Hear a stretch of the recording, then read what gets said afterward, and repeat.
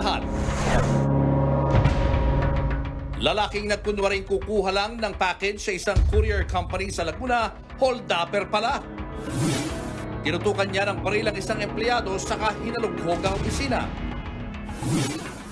Ang di niya alam na itimbre na pala siya sa mga pulis. Kaya bago pa man siya makaalis, napalibutan na ang hold-upper ng mga responding operatiba. Ang iba pang detalye sa krimeng yan, ihahatid maya-maya lang. Live mula sa himpilan ng News 5. Simulan na ang balitaan dito sa Frontline Pilipinas. Magandang gabi Pilipinas, ika-25 araw ng Hunyo taong 2024. Kasama ang buong puwersa ng News 5. Narito na mga frontline na balita. Dating Pangulong Rodrigo Duterte at mga anak na sina Paulo at Baste tatakbo bilang senador sa 2025. Ayon yan mismo kay Vice President Sara Duterte. Davao City Mayor Baste Duterte, posible rin daw tumakbong Pangulo sa 2028. VP Sara, itinanggi namang siya na ang bagong leader ng oposisyon matapos magbitiw bilang Education Secretary. Magkaibigan pa rin kami ni Pangulong Bongbong Marcos. Sundalong naputulan ng daliri dahil sa marahas na konfrontasyon sa China Coast Guard, idinitali sa Senado ang naging karanasan. Git din niya, hindi aksidente ang mga aksyon ng China. Intentional, ma'am. Ayaw na nilang resupply through sa rotation sa Ayungin, ma'am. Motion for reconsideration na inihain ni Bamban Mayor Alice Go laban sa kanyang suspensyon, ibinasura ng ombudsman. Ang suspendidong alkalde nasa lookout bulletin na rin ng Bureau of Immigration. Nawawalang beauty pageant contestant sa Pampanga't kanyang Israeli boyfriend, may isa pa raw kasama nang silipin ng lupang bibilihin sa Kapas Tarlac. Pusa, pinagahampas ng kahoy ng lalaki sa Talisay City. Ganti umano sa pagpatay nito sa kanyang dalawang kuting. Sa sports, dalawang Pinoy golfer, dalawang swimmer at isang Pinoy judoka pasok na rin sa Team Pilipinas na lalaban sa Paris Olympics. At sa Frontline Showbiz, Sam Milby na-diagnose na may type 2 diabetes. Lea Salonga at Dali De Leon bibida naman sa isang stage play. Magiging aktibo ang mga Duterte sa 2025 midterm elections. Gusto raw kumandidato ng senador si dating Pangulong Rodrigo Duterte at ang kanyang dalawa pang anak. Tila nagpaplano na rin sila sa 2028 elections kung saan tinitingnang ipanlaban sa pagkapangulo si Mayor Baste Duterte. Nasa frontline ng balitang yan si Marian Enriquez. Tatlong Duterte ang nagbabalak maging senador sa 2025 midterm elections. Kinumpirma yan mismo ni Vice President Sara Duterte sa isang event kanina sa Cagayan de Oro City. Si PRD, Senator, yung kuya ko, si Paulo Duterte, yung congressman ngayon, Senator, si Sebastian Duterte. So tatlo ang Duterte next year for Senator? Yes, tatlo ang Duterte next year.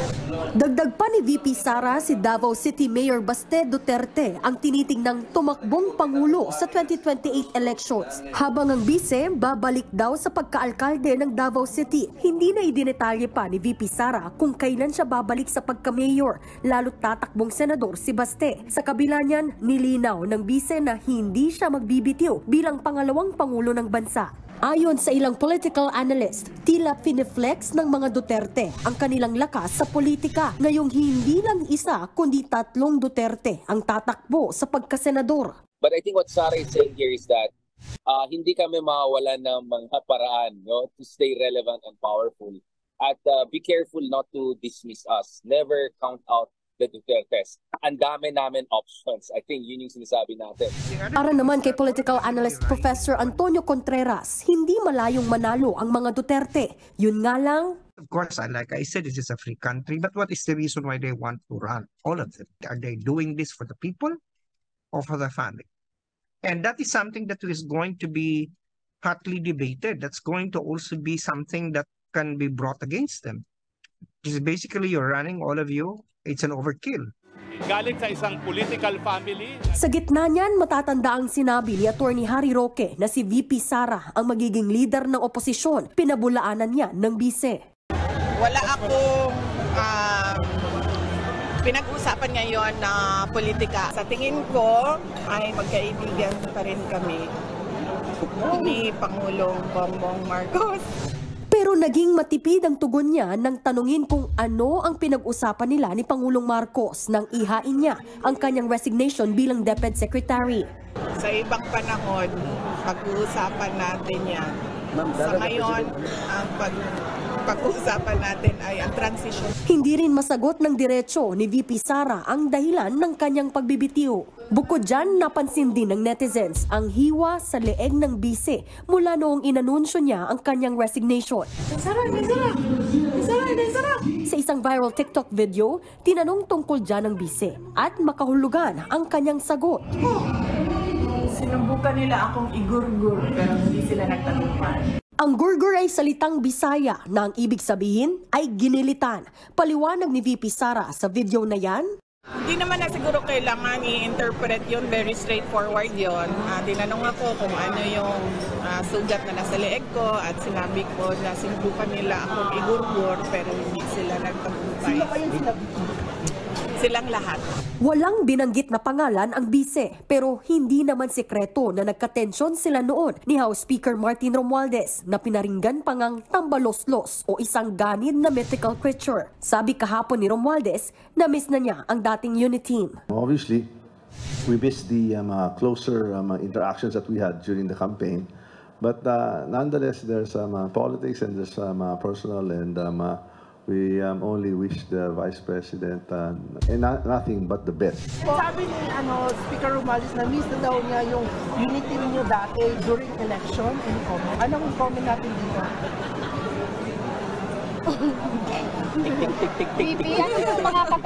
Nagbabalita mula sa Frontline, Marian Enriquez, News 5.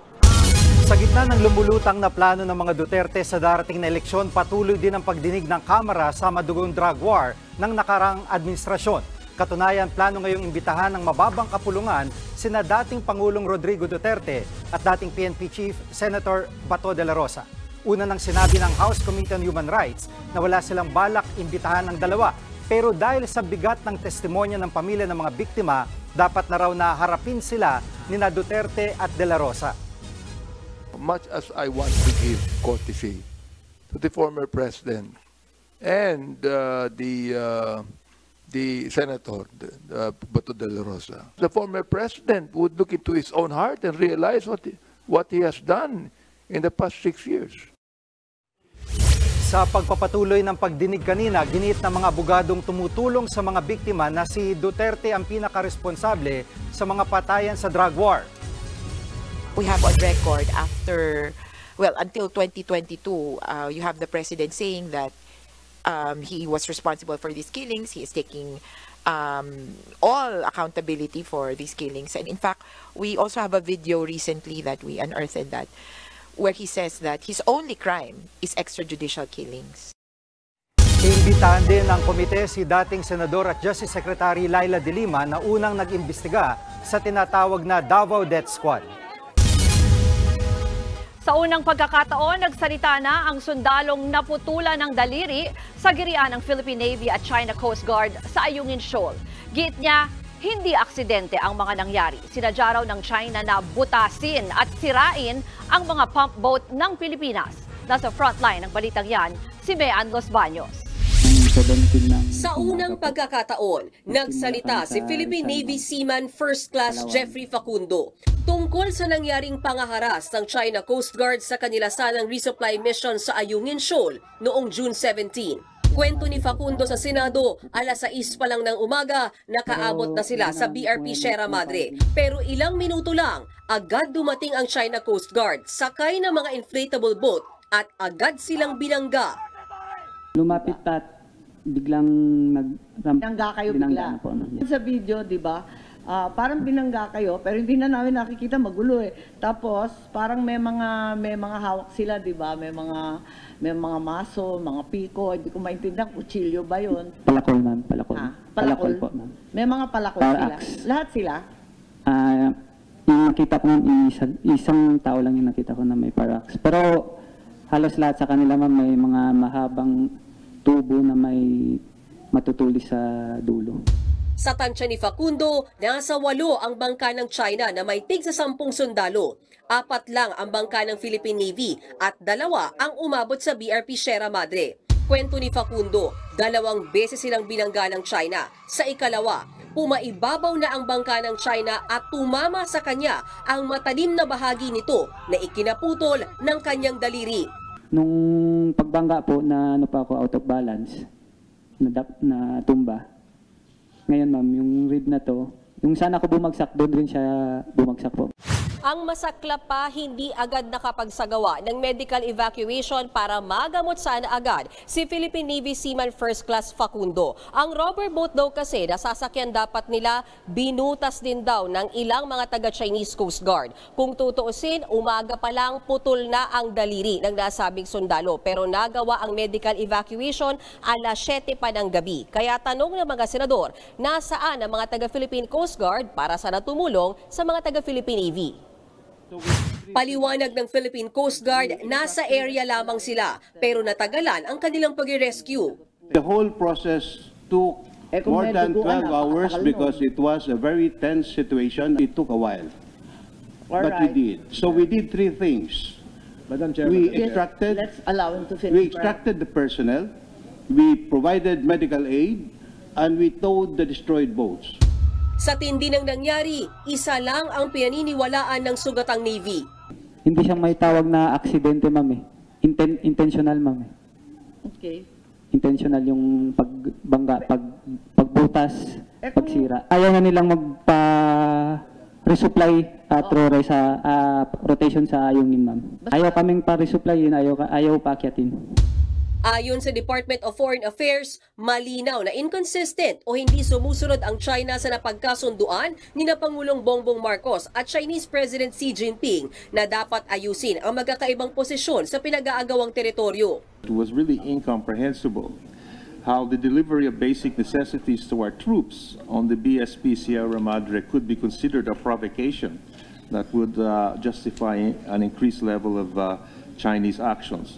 And so, therefore, we believe their actions only intensified and escalated tensions. And certainly something we should be concerned about. Sa kabila ng nangyari, giit ng DFA, isusulong pa rin nila ang dialogo. Katunayan, nakatakda silang makipagpulong sa kanilang Chinese counterparts sa susunod na buwan. Tanong naman ng mga senador, baka panahon nang magkaroon ng military-to-military discussion ang China at Pilipinas sa gitna ng tensyon sa West Philippine Sea. None, ma'am, during my time. They have a tendency of using the talks against us. They have not proven a level of good faith that would warrant our sensitive department to talk to them. Sa huli, nauwi sa executive session ang pagdinig dahil maraming tanong ang hindi pwedeng pag-usapan sa publiko. Nagbabalita mula sa Frontline, Mean Los Baños, News 5. Bumuwelta naman ang China sa pahayag ni Defense Secretary Gilbert Chodoro na sinadya ng China Coast Guard ang marahas na pangunguyog sa mga Pilipinong sundalo sa Ayungin Shoal noong June 17. Ayon sa Chinese Foreign Ministry, teritoryo ng China ang Ayungin Shoal na tinatawag nilang Renai Reef. Mas mabuti raw na tantanan na ng Pilipinas ang panghihimasok at pambubuyo sa kanila at bumalik na sa pakikipagnegosasyon sa China para panatilihin ang kapayapaan sa South China Sea. Isang linggo na mula ng tutukan na mga patalim, pagnakawan at butasin ng China Coast Guard ang mga inflatable boats ng Pilipinas sa Ayungin Shoal noong June 17. Kahapon, namataan sa Ayungin ang pinakamalaking barko ng China Coast Guard at naglayag pa sa May Sabina Shoal kung nasaan ang barkong BRP Teresa Magbanwa ng Philippine Coast Guard.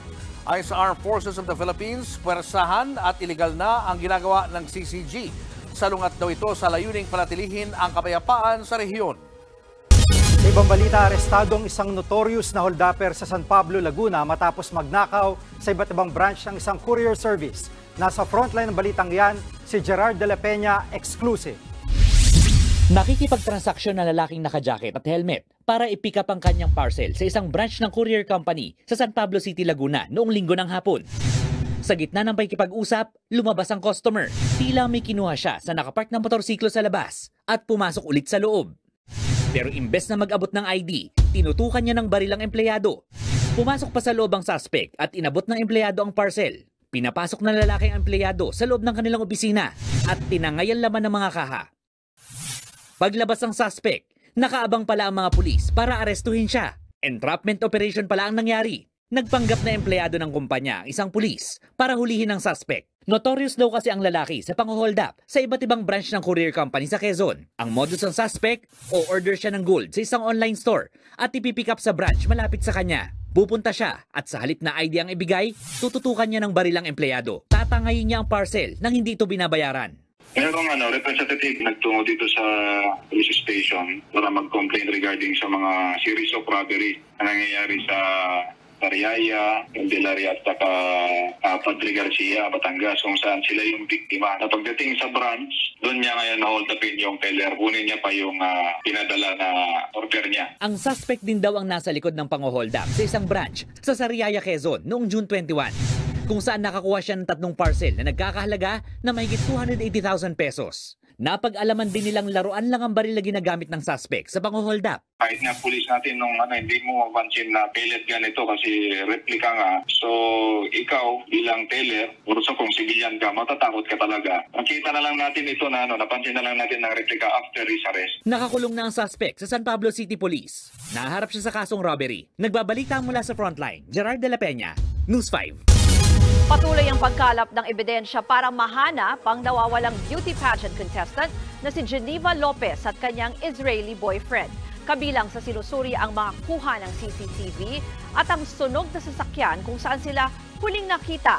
Lumalabas ding may kasama ang dalawa ng puntahan ang bibilhin nilang lupa sa Tarlac. Nasa frontline ng balitang yan, si Gary De Leon. Sunog na sunog ang sasakyang ito nang madatnan ng mga pulis sa Kapas, Tarlac. Sa sasakyan niyan, hinihinalang huling sumakay ang beauty pageant contestant na si Geneva Lopez at nobyo niyang Israeli na si Yoshak Cohen. Nawawala ang dalawa mula pa noong nakaraang Biyernes. Natagpuan ang ilang gamit ni Lopez sa sasakyan na di tuluyang natupok. May nakuha tayo ng isang pouch. No, na doon sa pouch na yun, merong hindi pa nasusunog na hindi totally burned na ATM card. At doon ngayon natin nakita yung pangalan ay Geneva Lopez. And then may picture din doon sa likod. No? Tingin ng mga pulis, sinagyan sunugin ang sasakyan para magtago ng ebidensya. Lumalabas sa paunang investigasyon na nagpunta ang magkasintahan sa bibili nilang lupa sa Tarlac City nitong Biyernes. Kasama nila ang ahente na sindupa nila sa bayan ng Kapas. Matapos makita ang lugar at masuri ang papeles ng lupa, umalis na raw ang magkasintahan. Sa pahayag ng ahente ng lupa sa mga pulis, sinabi niyang may isa pang kasama sa SUV ang magkasintahan na di niya nakilala. Meron daw doon sa backseat pero hindi niya naman nakita kasi ang katransaksyon niya lang talaga ay itong magkasintahan. Pero doon nga sa natin talagang kailangan pa rin natin na makakuha ng iba pang mga footages na totoo ba yung may kasama kasi hindi. Ilang oras matapos umalis sa ininspeksyong lupa, nadiskubre na nga sa Kapas ang sunog nilang sasakyan. Inaalam pa kung bakit nasunog at inabandona ang sasakyan. Kumakalat na makuha ng CCTV para malaman kung ano ang nangyari bago nadiskubre ang sunog na sasakyan. Nakikipagtulungan na rin ang mga pulis sa National Bureau of Investigation para mabilis na maresolba ang kaso. Itinuturing pa rin daw ng mga otoridad na missing person ang dalawa dahil naniniwala silang buhay pa ang mga ito. Nagbabalita mula sa frontline, Gary De Leon, News 5. Arestado ang 4 na most wanted sa Santa Ana, Maynila dahil sa pagpatay sa isang lalaki sa Makati City. Nagugat ang alitan sa pambabastos umano ng biktima sa nobya ng isang suspect. Nasa frontline ng balitang yan, si Dave Abuel. Sa magkakaibang lugar sa Maynila, nahuli ng Santa Ana Police ang top 4 na most wanted sa kanilang istasyon nitong Biyernes. Suspect sa pagpatay, sina alias Gedrick at alias AJ na parehong 18 anyos. Gayon din sina alias Ron at alias Rainiel na kapwa 16 anyos. Disyembre nung nakaraang taon, nang patayin umano ng mga sospek ang isang alias Kevin sa Makati City. Sa pagkakalam natin dahil ito sa silusan sa babae, pinagsasaksak nila itong biktima na ito na kaget ng mga kinasawi. Nasapul pa sa CCTV na inalalayan ng isang kaibigan ang sugatan ng si alias Kevin matapos ang pananaksak. Kita rin sa isa pang kuha ng CCTV ang pag-alis ng 4 na sospek sa lugar.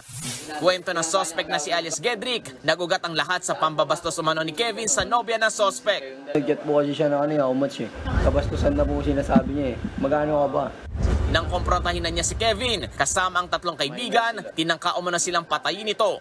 Inaagaw niya po yung baril ng gwardiya. Tapos nagtakbuhan po kami. Kasi kala namin babarilin kami. May nagabot daw ng patalim kay alias Rainiel na ginamit itong pandepensa at ipinansaksak niya kay Kevin. Ayon sa mga sospek, hindi sila nagtago. Voluntaryo silang sumuko. Nasa kustodiya na ng Santa Ana Police Station ang 4 na maharap sa kasong murder. Nagbabalita mula sa Frontline, Dave Abuel, News 5. Pinagutos ng Philippine National Police ang paghigpit ng seguridad sa mga pampublikong lugar sa bansa, lalo na sa mga terminal at mga mall. Ito raw ang tugon ng gobyerno sa planong panggugulo ng mga local terrorist group sa bansa. Sa binabang memo ng PNP Supervisory Office for Investigation Agencies o SOSIA nitong June 14, pinaghihigpitan nila sa mga security agency ang pagkapkap sa mga papasok sa mga establishmento. Gayun din ang masinsinang pag-check ng mga bag. Nakasa din sa memo na hindi dapat payagan ang pagsusuot ng cap o sombrero sa loob ng mga establishmento. Agad namang nilinaw ng PNP na hindi ito nangangahulugang may nakikita silang banta sa seguridad. This is a regular process ng SOCSIA na pinapaalala natin sa mga security guards natin na i-intensify ang mga security measures nila pagdating sa pagbabantay ng mga area of responsibilities nila. Susunod, Bamban Mayor Alice Go balak yapila ang pagbasura ng ombudsman sa motion for reconsideration laban sa suspension ng alkalde. Mahigit 100 milyong pisong halaga ng shabu na tagpo ang palutang-lutang sa dagat sa Ilocos Sur. At sa Melby may type 2 diabetes. Abangan ang lahat ng yan sa pagbabalik ng Frontline Pilipinas.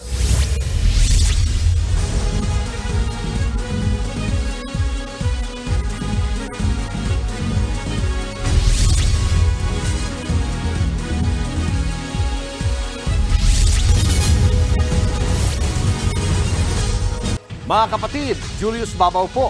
Nasa Middle East o sa amang dako ka ng mundo, manatiling may alam at may pakialam sa mga mainit na balita dito sa ating bansa. Simulan po natin ang bawat araw sa tuloy-tuloy na balitaan sa Frontline. Mag-follow at mag-subscribe sa social media pages ng News 5. Sugatan ng isang first-year college student matapos manlaban sa mga hold-upper sa Quezon City. Ayon sa biktima, naglalakad lang siya pauwi kahapon mula sa eskwelahan nang maispatan ng riding in tandem. Bumaba ang angkas ng motor tsaka siya tinutukan ng baril habang hawak sa kwelyo. Inutusan siyang ibigay ang kanyang cellphone, kung hindi ay babarilin daw siya. Sa halip na sumunod, pumalag ang estudyante at nakasigaw. Dito na siya sinikmuraan, hinampas ng baril sa ulo at tinulak ng hold-upper tsaka tumakas. Sugatan sa ulo, kanang braso, kaliwang binti at tuhod ang binatilyo. Sinumbong na ng biktima ang pang-hold up sa mga pulis. Higit 100 milyong pisong halaga ng shabu ang natagpuang palutang-lutang sa dagat sa San Juan, Ilocos Sur kahapon. Ayon sa mga pulis, isang mangingisda ang nakakita ng sako sa dagat. At sa loob niyan, tumambad ang paketeng lagayan ng tsaa na may Chinese characters. Nang buksan ito, tumambad ang mga shabu na nakakalaga ng 167 million pesos. Hawak na yan ngayon ng PIDEA. Sa Tabuk City, sa Kalinga naman, 3.6 billion pesos na halaga ng marijuana ang nasabat sa nadiskrasyang motorsiklo. Base sa investigasyon, sumalpok ang motor sa isang kotse. Nang sumaklolo ang mga pulis, bigla na lang sumibat ang rider at inabandona ang kanyang motorsiklo. Yung pala, nakasilid sa sasakyan ang iligal na droga. Tinutugis na ngayon ang rider. Showbiz, eto na nga! Mga kapatid, eto na nga ang mga umaarangkadang showbiz balita ngayong Martes. Ibinunyag ni Samuel B. na siya'y na-diagnose na may type 2 diabetes. Sa kanyang Instagram, ibinahagi niya ang isang larawan ng kanyang blood sugar glucose test na umabot sa 525 milligrams per deciliter. Sobra-sobra yan sa normal level na umaabot lang dapat ng 150 mg per DL. Sabi pa ni Sam, akala niya ay healthy na siya dahil di naman siya mahilig sa matatamis o junk foods. Ang kanyang mga magulang at mga lolo't lola, wala rin namang diabetes. Last year lang nang malaman niya ang kanyang diagnosis. Payo niya sa publiko, huwag ipasawalang bahala ang mga sintomas at dalasan ang pagpapacheck up. Ito pa nga, magbabalik entablado dito sa Pilipinas ang ating Broadway diva na si Lea Salonga at ang ating Pinay Golden Globe nominee na si Dolly De Leon. Gaganap sila sa classic Pinoy play na Request sa Radyo. Alternate silang dalawa sa babaeng bibida na magbabahagi ng kwento ng pag-iisa at paghahanap ng koneksyon kasama ang kanyang radyo. Si Lea, excited na para bumalik sa bansa para sa pagtatanghal. Ganon din naman si Dolly. Sa October sisimulan ang staging ng nasabing play. Si The Ironheart star Sue Ramirez naman, all set na para sa kanyang debut bilang stage actress. Para naman po yan sa hit musical na Little Shop of Horrors. Kwento ni Sue, di tulad ng mga ginawa niya sa kanyang mga dating serye at pelikula, extra ang kaba niya para sa play. Gayunpaman, excited na siyang maibahagi ang award-winning na kwentong ito. Kahit ako nagulat, surprise! This is something I've wanted to do for a long time. So, yun nga, gift ko sa younger self ko na nangangarap na maging theater actress. I'm so grateful na naging open yung theater industry to accepting mga TV actors into this world, and I'm so happy and excited. Susunod, Bamban Mayor Alice Go balak iapela ang pagbasura ng ombudsman sa hiling niyang alisin na ang kanyang preventive suspension. Pinoy seafarers hindi na papayagang sumampa sa mga barkong inatake ng grupong Houthi. At Maynilad customer sa Caloocan makatatanggap ng refund simula sa susunod na buwan. Yan at iba pa sa pagbabalik ng Frontline Pilipinas.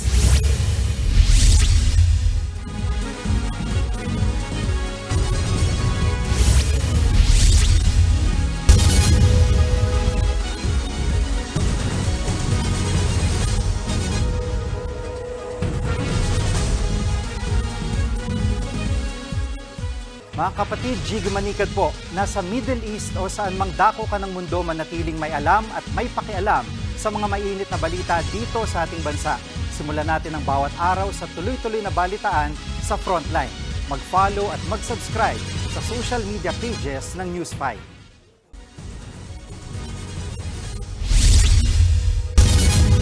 Nagpatupad ng deployment ban ang Department of Migrant Workers sa mga kumpanya ng 3 barkong sinalakay ng Houthi sa Red Sea. Pinaplansya na rin ng gobyerno ang mas pinaigting na seguridad para sa mga tripulanteng Pinoy. Nasa frontline na balitang yan si Rainiel Pawit. Matapos 4 na beses na pasabugan ang grupong Houthi sa Gulf of Aden nitong Biyernes, tuloy ang biyahe ng MV Transworld Navigator patungo sa pinakamalapit na port sa Egypt. Sakay nito ang 27 Pinoy crew members, kabilang ang isang nasugatan. Hindi ito ang unang pagkakataon na may inataking barko ang Houthi na may mga tripulanteng Pinoy. November 19, 2023, nang lusubin ng rebeldeng grupo ang Galaxy Leader cargo ship sa Red Sea. 17 tripulanteng Pinoy ang lula nito na hanggang ngayon bihag pa rin. March 6 naman ngayong taon nang patamaan ng missile ang MV True Confidence sa Gulf of Aden. 2 Pinoy seafarers ang namatay at 2 ang lubhang nasugatan. Dahil dyan, nagpatupad ng deployment ban ang DMW sa mga barkong inatake sa 3 magkakahiwalay na insidente, kabilang na rin ang MV Tutor.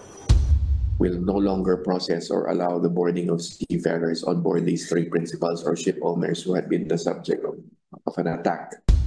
Bukod dyan, magkakaroon din ng threat and risk assessment sa mga barkong papayagang dumaan sa mga high-risk area. Target din ng DMW na magpadala ng Maritime Security Forces sa mga barkong daraan sa mga peligrosong ruta. Pinayuhan din ng gobyerno ang mga ship owner na iwasan muna ang Red Sea at Gulf of Aden. Muli rin nilang iginiit ang right to refuse sailing policy o karapatang tumangging sumampa sa barkong daraan sa warlike zone. Sa ngayon, iniimbestigahan ng DMW ang mga ulat na may mga ship owner daw na huli nang inaabisuhan ang mga tripulante na daraan sila sa high-risk area. Nagbabalita mula sa Frontline, Rainiel Pawid, News 5. Pumirma na ng kasunduan ng COMELEC at nanalong bidder para sa internet voting na gagamitin ng overseas Filipinos.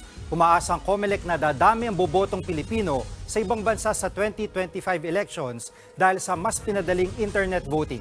Nasa frontline ng balitang yan si Mon Gualvez. Mula sa pagkuha ng litrato online, pag-encode sa mga personal na impormasyon, hanggang sa pagpicture ng passport. Ilan lang ito sa mas pinadaling proseso ng pagpaparegister ng mga kapatid nating OFW para makalahok sa 2025 midterm elections sa pamamagitan ng online o internet voting. Sa unang pagkakataon, pinakita ang sistemang inaprubahan ng COMELEC para sa internet voting na gagamitin ng mga overseas Filipinos. Ang nanalong bidder, ang joint venture ng SMS Global Technologies Inc. at Sequentech Incorporated. Sinisiguro nilang magiging ligtas ang botohan sa pamamagitan ng internet. Mayroon daw itong security features tulad ng two-factor authentication na hinihingi bago makaboto. Oras na pumasa ang botante sa two-factor authentication, mapupunta siya sa link na magdadala naman sa kanya sa online ballot para mailagay na niya ang kanyang boto. The kind of system that we are going to use in these elections is a system that is end-to-end verifiable, which means that the votes are encrypted, they are private, and the process from the beginning, when you cast the ballot, to the end, this means that you can check, in this case, that the cast ballot is correct. Hindi naman daw baguhan ng Sequent pagdating sa internet voting. Humawak na raw sila ng botohan sa iba't ibang bansa at organisasyon tulad sa Spain, Germany at Canada. Pero ito raw ang unang pagkakataon na hahawak sila ng national elections. Sa datos ng COMELEC, mahigit 600,000 nakabotong Pilipino sa iba't ibang bansa noong 2022 elections. Mahigit 40% yan mula sa kabuuang 1.69 million registered overseas Filipino voters. Target ng COMELEC na umabot ng hanggang 3 milyon ang bilang ng mga botanteng Pinoy sa abroad. Tingin ng ahensya, mas makakaengganyo itong internet voting para mas maraming makapagparehistro overseas, kabilang na ang nasa 300,000 mga seafarer. Sa ngayon, nasa 1.17 million pa lamang ang registered overseas Filipinos mula nang simula ng pagpaparehistro noong nakaraang taon. Pagkakataon natin makaboto, yung hindi na tayo pupunta sa embahada, hindi tayo padadala ng envelopes na naglalaman ng balota, gamit lang ang inyong cellphone, laptops, iPad, makakaboto tayo. Naniniwala po tayo sa bakabagong teknolohiya na meron tayo sa kasalukuyan, tulad ng internet banking, tulad ng tinatawag po natin ng pagbabayad ng mga bills using the internet. Wala naman pong pinagkaiba yung dito po sa internet voting. Magkakaroon pa rin naman daw ng counting at canvassing sa mga embahada at konsulado ng Pilipinas sa ibang bansa para sa mga botong magmumula sa internet voting. Nagbabalita mula sa Frontline, Mon Gualvez, News 5. Susunod, Maynila customer sa Caloocan makakatanggap ng refunds mula sa susunod na buwan. At 2 Pinay golfer pasok sa Paris Olympics. Tutok lang mga kapatid, magbabalik pa ang Frontline Pilipinas.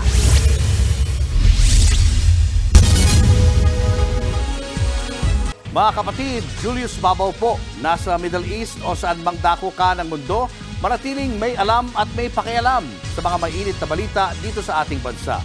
Simulan po natin ang bawat araw sa tuloy-tuloy na balitaan sa Frontline. Mag-follow at mag-subscribe sa social media pages ng News 5.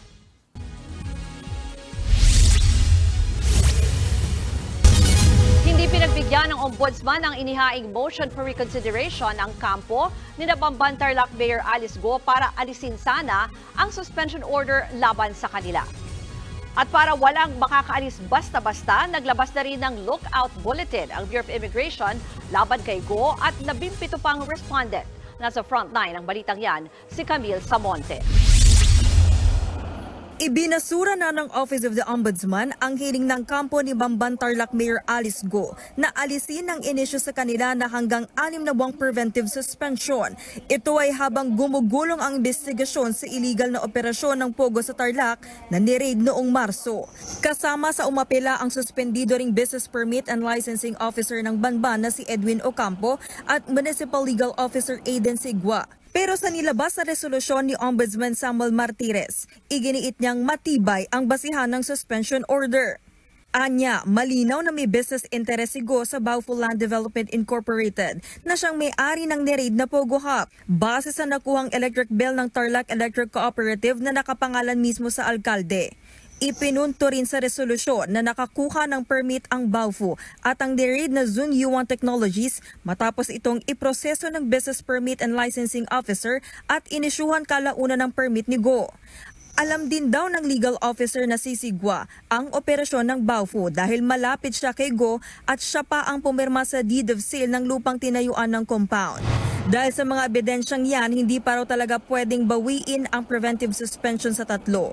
Una nang nilinaw ng ombudsman na preventive measure lang ang pagsuspende kina Go para hindi maggalaw ang mga ebidensya at hindi maimpluwensyahan ang mga testigo.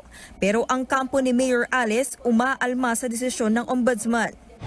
Hindi ako nag-agree sa decision. Kaya iakyat namin yan sa Court of Appeals para silang mag-determine kung malakas ba talaga ebidensya. Una nang inamin ni Mayor Go na isa siya sa dating incorporator ng Baofu, pero hindi raw ibig sabihin nito na may kinalaman na rin siya sa mga umuupang pogo na niraid sa loob ng Baofu compound. Dito sa Maynila, dami rin mga building na inuupahan ng mga pogo. Bakit hindi kinakasuhan yung mga may-ari ng lupa o building? Kanina, nagtungo ulit sa Department of Justice ang Presidential Anti-Organized Crime Commission at ang PNP Criminal Investigation and Detection Group. Ito ay para dagdagan ang mga respondents sa sinampa nilang reklamo na qualified trafficking in persons kina Go. Sa kabuuan, 18 na ang kasama sa reklamo. Para hindi sila basta makalabas ng bansa, naglabas na rin ng Immigration Lookout Bulletin o ILBO ang Bureau of Immigration sa 18 respondents. Ang Immigration Lookout Bulletin ay inilalabas para maghigpit ang immigration at magbantay kung magtangkang lumabas ng bansa si Mayor Alice Go at iba pang respondents. Pero hindi nito mapipigilan ang pag-alis nila ng bansa kundi para i-monitor at suriin lamang kung lehitimo ang kanilang visa at iba pang dokumento. Isa sa nasampulan at naharang agad ng immigration ang Chinese national na si Zhang Ji. Manager siya ng niraid na Pogo Hub sa Porac, Pampanga at tatakas sana sa Davao Airport papuntang China noong June 23. Doon po sa kanya mga statements, sinabi po niya na wala po siyang trabaho dito. So it's already a violation. Nakikita po ng ating mga immigration officers na violation na po iyon. Para wala nang basta-basta makalabas ng bansa sa respondents, plano ng maghain ng DOJ ng precautionary hold departure order laban sa 17 respondent hanggat hindi natatapos ang kanilang investigasyon. Nagbabalita mula sa Frontline, Camille Samonte, News 5. What's up mga kapatid? 20 na 20 atleta ang magre-represent sa atin sa parating na 2024 Paris Olympics. Ayon sa Philippine Olympic Committee, nakasecure na rin ng kanyang back-to-back tickets sa Olympics si judoka Kiyomi Watanabe. Masasamahan siya ng 2 pang swimmer na sina Kayla Sanchez at Jared Hatch. Bukod sa kanila, nakabook din ng slots ngayong araw ang 2 Pinay golfer na sina Bianca Pagdanganan at Dottie Ardina. Pero maaaring hindi pa tayo tapos sa 20 mga kapatid dahil ayon kay POC President Bambol Tolentino, marami pang Pinoy athletes ang posibleng mag-qualify sa mga susunod na araw. Sa volleyball, mukhang magiging first pick sa first ever PBL draft si Thea Gagate at expected na maglalaro ang dating DLSU star para sa Zeus Coffee. Kinonfirm mismo ni head coach Jerry Yee ang plano nila kanina sa PBL Draft Combine. Hindi pa man nag-uumpisa ang pre-draft activities, kinuwento na ni Yee na matagal na nilang kausap ang kampo ni Gagate. Present pa din sa Combine ng middle blocker kasama ang 46 na draft aspirants. Nagkaroon ng pagkakataon magpakita ang mga volleyball players sa harap ng iba't ibang coaches at management. At dahil alam na natin na magiging first pick ng Zeus Coffee, Capital One ang aabangan para sa kanilang second pick. Susunod ng Galleries Tower High Risers, Farm Fresh Foxies, Nextled Chameleons at Takari Chargers. Makikita din natin ang mga masusungkit ng Signal, PLDT, Sherry Tigo, Petrogas, Choco Mucho at defending all Filipino champs, Creamline Cool Smashers.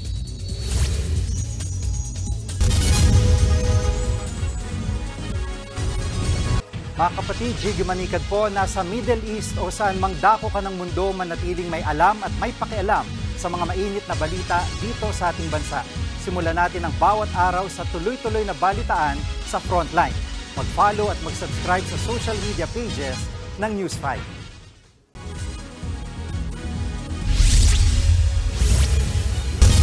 Pinasampina ng National Bureau of Investigation si Senior Technology Officer Art Samaniego. Kaugnay ito ng pagiging pasimuno umano ng hacking sa ilang websites. Sinuspinde ng Manila Bulletin si Samaniego at ang isa pang empleyado.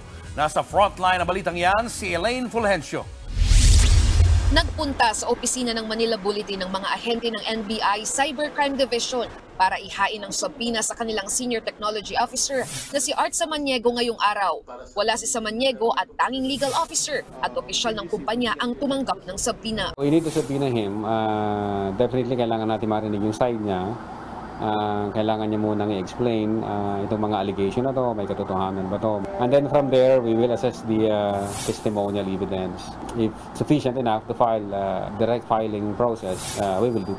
Noong nakaraang linggo nang iharap sa publiko ng NBI ang tatlong hacker na sangkot sa kaliwat kanang insidente ng hacking sa iba't ibang ahensya ng gobyerno, militar, mga bangko at ilang private companies. Ang isa sa mga ito na si alias Kangkong, empleyado rin ng Manila Bulletin at inutusan daw ni Samaniego na manghack umano para sa kanyang mga isinusulat na artikulo. Ayon sa opisyal ng Manila Bulletin, gumugulong na ang sarili nilang investigasyon sa umano'y pagkakasangkot ng mga empleyado nilang sina Samaniego at alias Kangkong sa hacking. Binigyan nila ng 15-day preventive suspension si Samaniego habang 30-day suspension naman si alias Kangkong. In other words, they cannot come to the office, they cannot even linger around.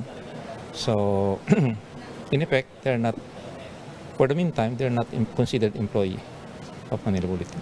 Iniimbestigahan na rin ng NBI ang extrajudicial confession ni alias Kangkong tungkol sa umunoy 93 websites na nahack niya. Sa isang pahayag, sinabi ni Samaniego na handa siyang makipagtulungan sa investigasyon at linisin ang kanyang pangalan sa lalong madaling panahon. Bukas naman nakatakdang magsimulang preliminary investigation ng DOJ laban sa tatlong nahuling hacker. Nagbabalita mula sa Frontline, Elaine Fulgencio, News 5.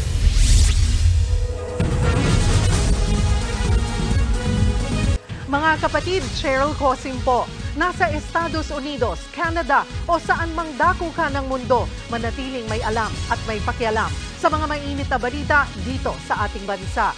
Simulan natin ang bawat araw sa tuloy-tuloy na balitaan sa Frontline. Mag-follow at mag-subscribe sa social media pages ng News 5.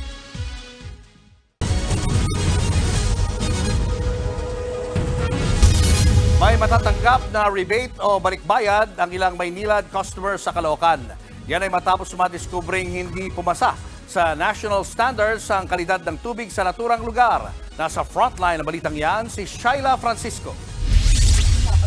Kontaminado o nakitaan ng bahagyang mataas na total coliform level. Yan ang lumabas sa water sampling na isinagawa ng Metropolitan Water Works and Sewerage System o MWSS Regulatory Office sa tubig na sinuplay ng Maynilad sa ilang barangay sa Caloocan mula November 29, 2023 hanggang December 19. Sa taya ng MWSS, apektado ang halos 4,000 water service connection sa 14 na barangay. Kaya naman, inagmumulta ng MWSS ang Maynilad nang aabot sa 2 milyong piso sa pamamagitan ng rebate o balikbayad sa mga customer. Ibig sabihin, sa buwan ng Hulyo, may 530 pesos and 69 centavos na bawas sa water bill ng bawat isa sa apektadong water service connections. Kung di naman naabot dyan ang singil, imemenos ang sobra niyan sa susunod na buwan. Malaking bagay daw ito sa senior citizen na si Yoli. Mga tao ay gumagamit niyan, iniinom. Yung iba kasi hindi umu-order ng mineral. At saka yung bayad, napakalaki.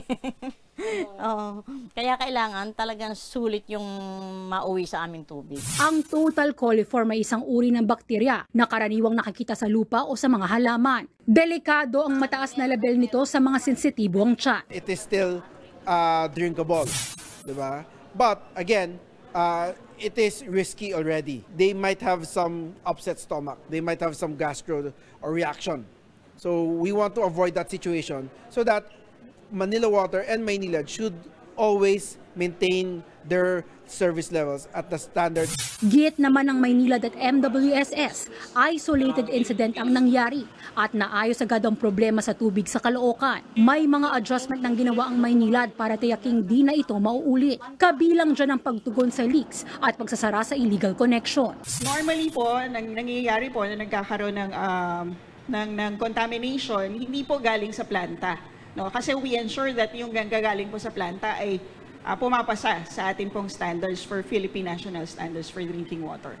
Nagkaroon po ng contamination sa distribution system natin, no? And that is normally because of leaks. Safe po ang tubig ng Maynilad. Ina-assure po namin yan sa inyo. Ito ang unang beses na nagpataw ang MWSS ng parusa dahil sa mababang kalidad ng tubig. Bukod sa Caloocan, makakatanggap din ng hiwalay na balikbayad ang ilang Maynilad customers sa Imus, Cavite dahil din sa issue sa water quality. Pupulungin ng MWSS sa mga apektadong customers bukas para i-anunsyo kung magkano ang rebate. Nagbabalita mula sa Frontline, Shaila Francisco, News 5. Nangyari na nga mga pinangangambahan ng mga nakatira sa mababang lugar sa Navotas at Malabon. Lumala ng baha sa kanilang lugar matapos masirang isang floodgate doon nung nakarang linggo. Nasa frontline ng balitang yan si Laila Pangilinan. Yan, binibira nila, pinipilit, sisira ng gate. 2 linggo matapos masira ng barkong yan ang floodgate na ito sa Navotas. Ganito na ang itsura ng ilang lugar sa syudad at maging sa Malabon. Ito na yung Malabon na ahon Malabon, lubog Malabon. Dahil sa pagkasira ng navigational gate, maraming barangay sa Navotas at Malabon City ang apektado, lalo na kapag malakas ang ulan at katulad ngayon na kasagsagan ng high tide. Dito nga sa kahabaan ng F. Sevilla Boulevard sa may Malabon Central Market, hanggang tuhod ang baha kapag kasagsagan ng high tide na 1 linggo na raw tinitiis ng mga residente. Isama mo pa ang maitim na tubig at lumulutang-lutang na basura. Ang floodgate ang humaharang sa tubig mula sa Manila Bay para hindi tuluyang magbaha sa mga mabababang bahagi ng 2 syudad, lalo na kapag high tide. Pag nasira po talaga itong navigate, talagang papasok yung tubig. No? Kahit anong gawin nating pumping, dahil lagpas yung tubig doon sa mga dike po natin, talagang wala po tayong magagawa. Nangangamba naman ang Malabon LGU na baka lalong tumaas ang baha kapag di naayos agad ang nasirang floodgate. Ngayon pa lang po ay dahil nag-high tide, nagkakaproblema na kami, umaabot na ng lagpas tuhod, hita ang baha sa amin. Ayaw na rin po namin manumbalik yung mga mapapait na nakaraan na lagi po kaming sikat dyan sa pagbabaha. Ayon na rin sa pag-uusap ng Metro Manila Development Authority at ng mga lokal na pamahalaan ng Navotas at Malabon, pagtutulong-tulungan nilang maisara ang floodgate. Ang siste nga lang, sakaling maisara na ulit ang floodgate, posibleng hindi ito agad mabuksan. Problema naman ito para sa mga barko at bangkang madalas na dito dumaraan. Kaya amin pong napag-usapan sa Shipyard Association, magmi-meeting po sila, i-inform po kami para po mabigyan sila ng opportunity na mailabas yung mga barko na naandoon sa loob para po kung sakali na hindi po namin maibalik siya doon po sa open position ay wala pong maipit na mga barko. Hindi pa sigurado kung kailan sisimulan ang pagkukumpuni sa floodgate. Pero target ng MMDA at ng mga LGU na maaksyonan ito agad sa lalong madaling panahon, lalo na't dumadalas na ang mga pag-ulan. Nangako naman ang mga otoridad na papanagutin ang may-ari ng barko na nakasira ng floodgate. Nagbabalita mula sa Frontline, Laila Pangilinan, News 5. Tinutulak ngayon ng ilang health expert na magamit na rin sa bansa ang bakunang Q-Denga kontra dengue.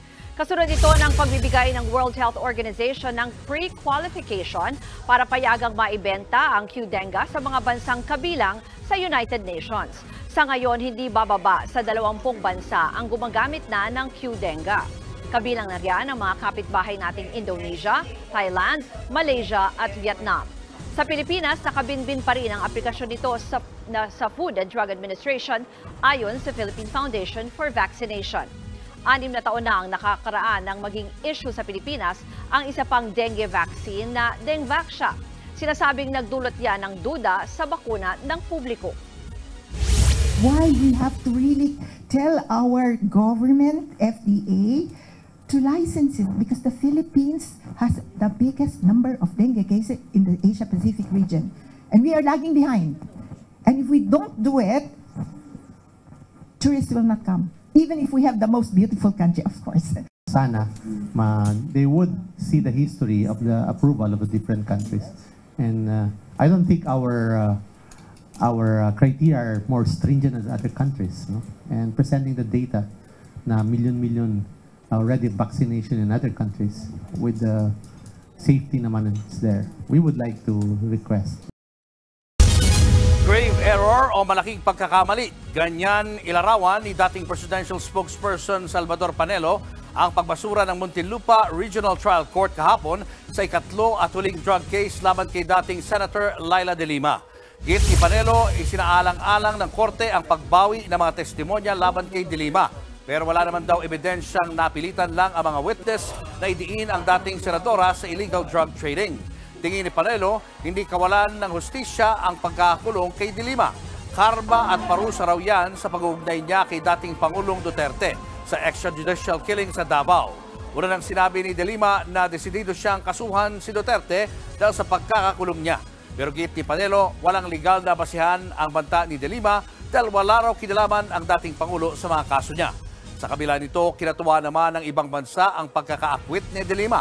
Ang ambassador ng Australia nagalak daw sa pinakitang katapangan ng dating senadora. Tinawag naman na politically motivated ng Amerika ang mga kaso laban kay De Lima. Masaya raw silang nakalaya na siya. Pero hinikayat pa rin ito ang Pilipinas na resolbahin din ang iba pang kahalintulad na kaso gaya ng mga reklamo laban sa mga mamahayag at iba pang civil groups. Kinumpirma ng Department of Health na nakatanggap sila ng mga ulat tungkol sa tila anti-vaccination campaign nung pandemya. Pero hindi raw nila sigurado kung galing itong Amerika. Sinabi yan ng DOH sa pagdinig ng Senado tungkol sa manay sikretong kampanya ng US military na sira ng bakunang Sinovac ng China. Una nang sinabi ng news agency na Reuters na layo ng kampanya na kontrahin ang lumalagong impluwensya ng China sa Pilipinas. We have been monitoring this kind of social media issues where there was this kind of issues raised by the people or population, and we tried to address this by doing some form of directed town halls and assembly so that we can better inform our citizens.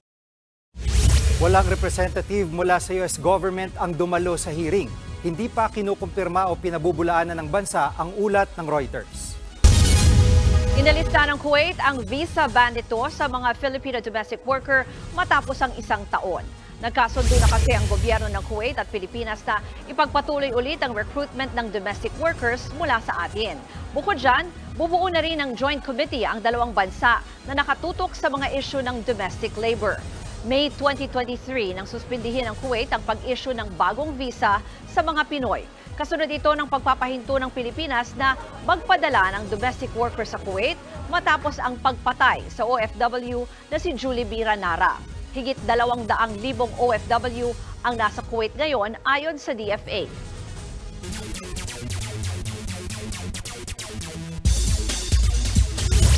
Mga kapatid, maganda ang naging performance ng Gilas Pilipinas sa kanilang send-off tune-up game kontra Taiwan Mustangs at kinuha nilang panalo 74-64.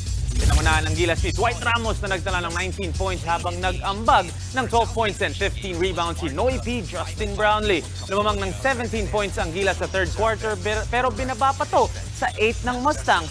Bumanat ng dalawang sunod na 3 ang kalaban pag-umpisa ng 4th pero dito na nagpakawala ng 12-6 run ng mga Pinoy para sa 70-56 lead. Hindi na ito pinakawalan at sinecure na nila ang panalo. In-announce na rin ni Coach Tim Coe ng 11-man team niya na ipapadala sa Latvia. Lalaban para sa atin sina Carl Tamayo, Chris Newsome, Kevin Kiambao, Kai Soto, Calvin Oftana, Mason Amos, Junmar Fajardo, Dwight Ramos, Justin Brownlee, Japet Aguilar at CJ Perez. Pang-12 sana si Scotty Thompson pero injured pa din ang former PBA MVP kaya hindi muna siya makakasama sa team. Sa NBA, official na in-announce ng LA Lakers na si JJ Redick na ang kanilang bagong head coach. Ang former player ang 29th head coach ng franchise at eto ang una niyang experience sa ganitong posisyon. Naglaro ng 15 years sa NBA si Redick at lumaban para sa Dallas, New Orleans, Philadelphia, LA Clippers, Milwaukee at Orlando. 14 of those 15 years nakapasok ang koponan ni Redick sa playoffs. At yan ang mga pandiin ng Sports News Today. It's your Sports Tito Mike Reyes. Peace and love. Showbiz, eto na nga! Mga kapatid, eto na nga. Umalma naman si Ronnie Liang sa mga nagbibigay ng mali siya sa kanyang pag-guest noon sa vlog ni former presidential spokesperson na si Harry Roque. Paglilinaw ni Ronnie, wala siyang personal dealings kay Roque. Nauna nang ipinaliwanag ng kanyang kampo na nagkataon lang ang pagkikita nila noon ni Roque sa Dinagat Island noong 2022. Matapos siya ng kanyang humanitarian mission bilang Army Reservist. Diin pa nila, hindi alaga ni Roque si Ronnie. Natawa ako kasi alam naman natin wala. Number 2, sabi ko nga, nalungkot dahil merong main goal yung nag-edit is to attack someone. Nadamay lang ako kasi in-edit niya at saka ang haba ng video, kung mapapanood nyo, yun lang ang kinat niya. Isang karangalan pa rin, that time, na siyempre he was still the former presidential spokesperson, na i-invite ka to be guest sa vlog niya. Eto pa nga, mabilis na na-sold out ang pinakamahal na tickets sa Seven Sins album concert ni SB19 member Ken na kilala rin bilang Philip. Sa post niya sa X na dating Twitter, tumagal lang ng 1 oras bago maubos ang kanyang Superior Pass ticket. Nagkakahalaga po yan ng 10,000 pesos. Para sa iba pang 18, pwede pa rin makabili ng ilan pang tickets sa concert. Gaganapin sa One Ayala Space ang concert ni Philip. Sa ngayon, out na rin sa mga music streaming platforms ang Seven Sins album. Ito pa po ang matindi mala horror film, ang comeback ng K-pop group na Red Velvet sa kanilang Cosmic album. Cool. At yan po ang ating mga showbiz update ngayong Martes. See you tomorrow mga kapatid. Ako po si Kalad Karen. Nagkaroon ng kauna-unahang World Cat Show sa Pilipinas. Best of the best na mga pusa ang bumida sa show sa Makati City. At hindi lang basta rampa ha, dahil ang nalikom sa show ay mapupunta sa isang animal shelter. Nasa frontline na balitang yan si Laila Pangilinan.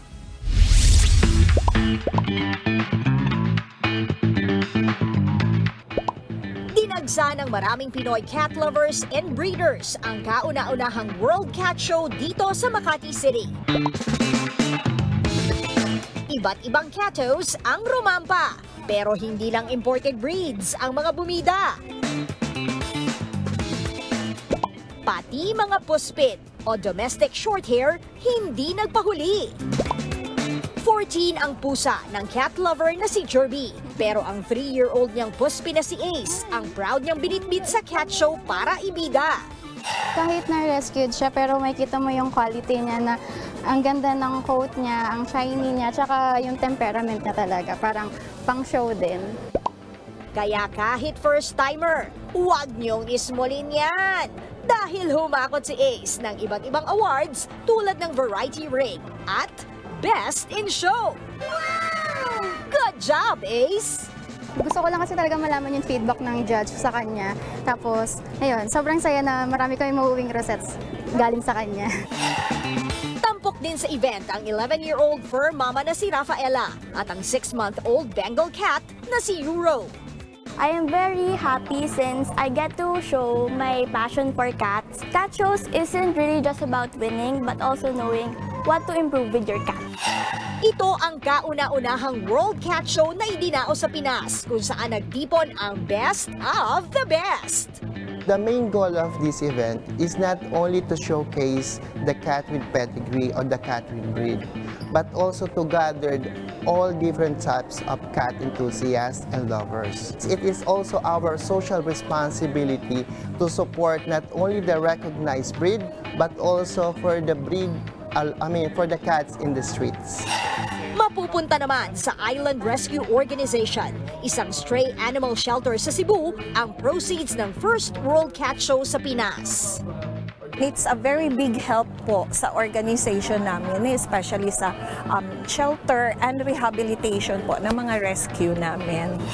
Nais ng event na ito na paalalahanan tayong mga Pinoy na pangalagaan at mahalin ang ating mga alaga, anuman ang lahi at kulay nito. Dahil bilang kanilang mga fur parent, responsibilidad nating bigyan sila ng magandang buhay, malayo sa kapabayaan at pang-aabuso. Nagbabalita mula sa Frontline, Laila Pangilinan, News 5. Kakaiba na itsura ng mga pusa ngayon, ha? Di ba? Kahit yung mga postpaid ba, Pwede. Saka yung mga nakita natin doon, parang mga parang mga tiger. Diba? Parang mga leopard yung itsura. Parang mga lynx. Ganong level. Bagay na bagay kay Laila yung storya. Correct. Kasi niya talaga siya. Kasi dyan sa labas, ang daming alaga ni Laila dyan. Yung mga kapatid pussycats natin. Ikaw ba cat person ka ba? Hindi po, dog. Ako rin, dog. Oo. Ikaw. Nakakasundo tayo. Bakit ba yung report natin? Dapat tungkol sa dog ang report eh. Anyway, to each his own. Tama. At yan ang mga balita at impormasyon dapat yung malaman sa araw na ito. Mga balita para sa mga may alam at may pakialam. Kami ang inyong mga kasangga sa Frontline, Pilipinas.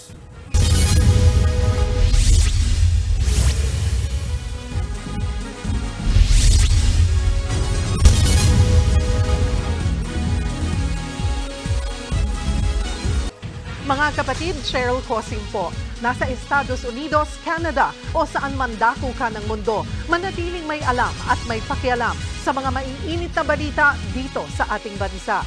Simulan natin ang bawat araw sa tuloy-tuloy na balitaan sa Frontline. Mag-follow at mag-subscribe sa social media pages ng News 5.